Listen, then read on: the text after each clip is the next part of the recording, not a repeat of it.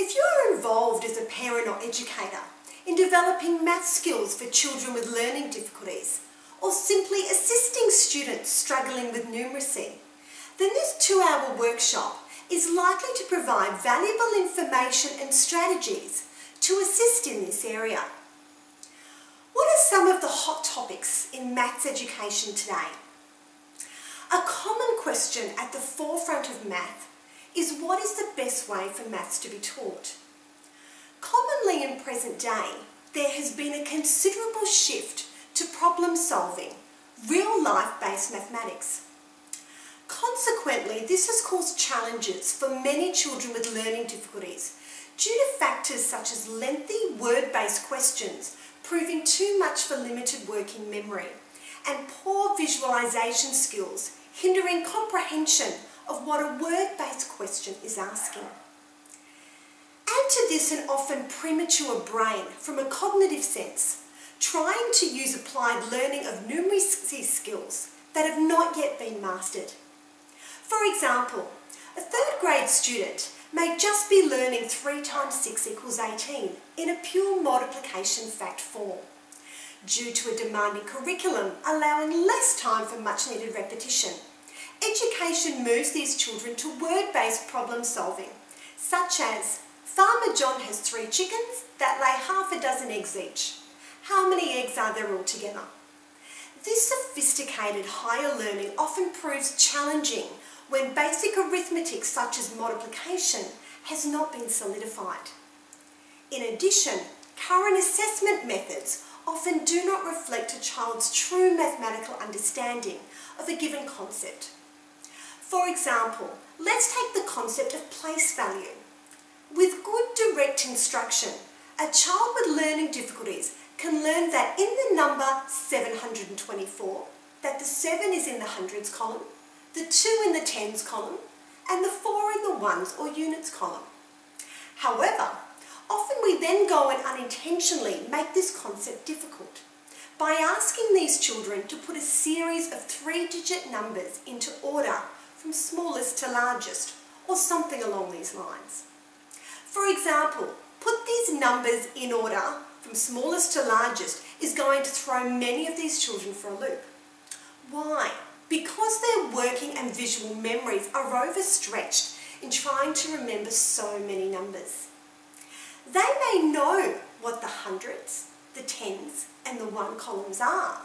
However, they will most likely find it difficult to show that knowledge when presented with this format, which can lead to demotivation and a lack of confidence.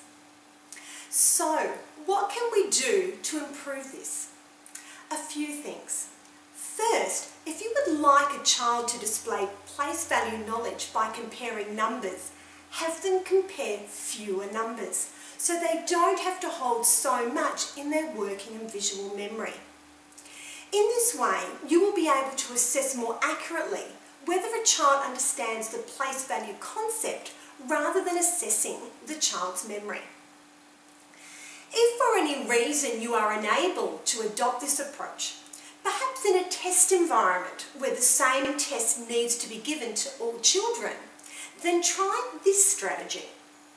If the numbers are presented horizontally across the page, give the child a piece of paper and have the child write the same numbers vertically. The brain is able to scan digits quicker vertically rather than horizontally. Have you ever noticed that shopping lists are generally written vertically?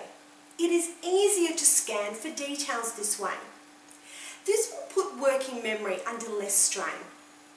The child can now easily scan down the hundreds, tens and ones columns to see which digit is the smallest, second smallest, third smallest, and so on.